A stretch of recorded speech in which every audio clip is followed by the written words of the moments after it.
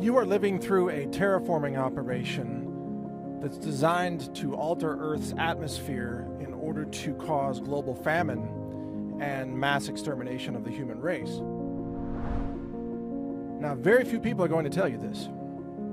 Very few people are connecting the dots about the so-called climate change movement, the war on carbon, forced mass starvation, famine, depopulation, and extermination of the human race, but they're all connected. So the war on carbon is a war on humanity.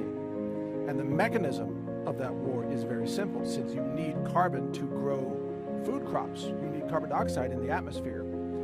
And the higher the level of carbon dioxide, the more food crops are produced each season from the same amount of acreage. Understand that. I mean, this is the key point right here. This is why the globalists are engaged in carbon sequestration. This is why they're removing carbon dioxide from the atmosphere. It is in order to reduce crop yields so that they can achieve mass famine, starvation, collapse of the human race. Terraforming is the operation. These giant carbon sequestration machines that they are setting up, even in the Midwest, there's a giant operation. They're using eminent domain to seize farmland right now in places like Iowa and Illinois. They're setting up these massive machines. It's kind of like out of that movie Oblivion with Tom Cruise and Morgan Freeman. Remember that movie? Science fiction? They had giant machines from an alien race that were sucking the ocean water off planet Earth and stealing the water. It's kind of like that, except the machines that are being built right now are being built by us, human beings, to suck carbon dioxide out of the atmosphere and hide that CO2 underground in a carbon sequestration format in order to make sure that world food crops fail. So understand that every person pushing the climate change narrative is demanding mass starvation. Every one of them. Whether they realize it or not, that's what they're calling for, is mass starvation. You lower CO2 levels, you can't grow food crops nearly as efficiently. You raise CO2, you'll be able to grow more food. So this is why they want to move off of fossil fuels, and this is why they are shutting down the fossil fuel industry, because they know that if humanity stops emitting carbon into the atmosphere, that the food crops will fail and mass starvation will bring down the global population. This is what they know. And so right now what's happening in the United States is that fuel refineries, fossil fuel refinery plants are shutting down all over the place. There was a big warning from an organization called MISO, M-I-S-O. It's like the Midwestern, I forgot the name. It's like an electrical cooperative that runs the power grid in places like Illinois. And they said, yeah, we're shutting down. I mean, we're losing all these coal plants that they're being shut down. Some of them are becoming too old. Some of them have been shut down because they've lost their licensing, or the government won't allow them to continue to run.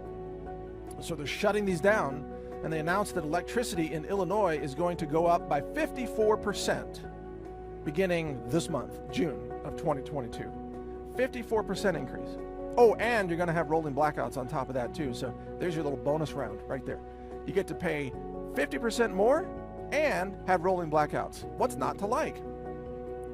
But the real story on this, and why they're shutting down refineries and coal operations and fossil fuels and pipelines and natural gas, why they're shutting it down, it's not even just directly to try to crush the economy and make everybody, thrust everybody into poverty and desperation and all that, although that's part of it. But the real goal is to stop the CO2 emissions, because that's what will achieve global starvation.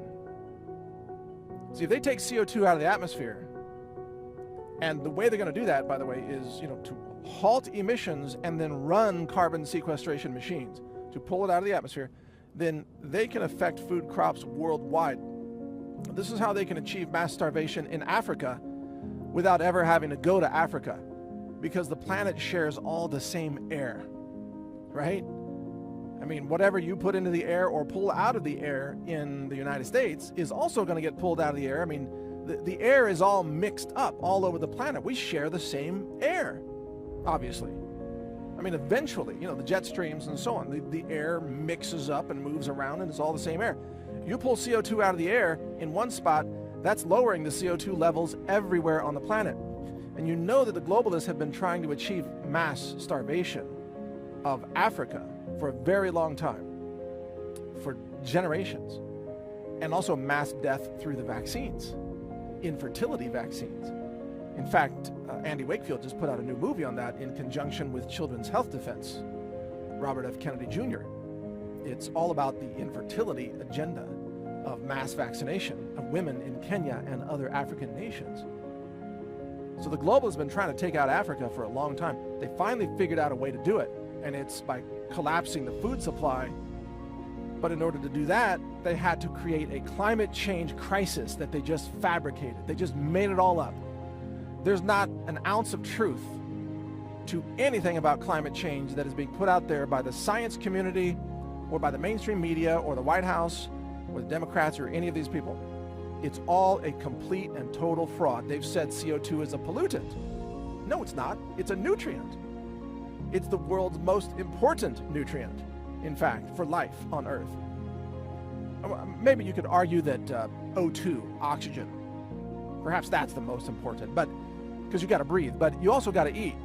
And if you don't have CO2, you don't have food crops and you can't eat.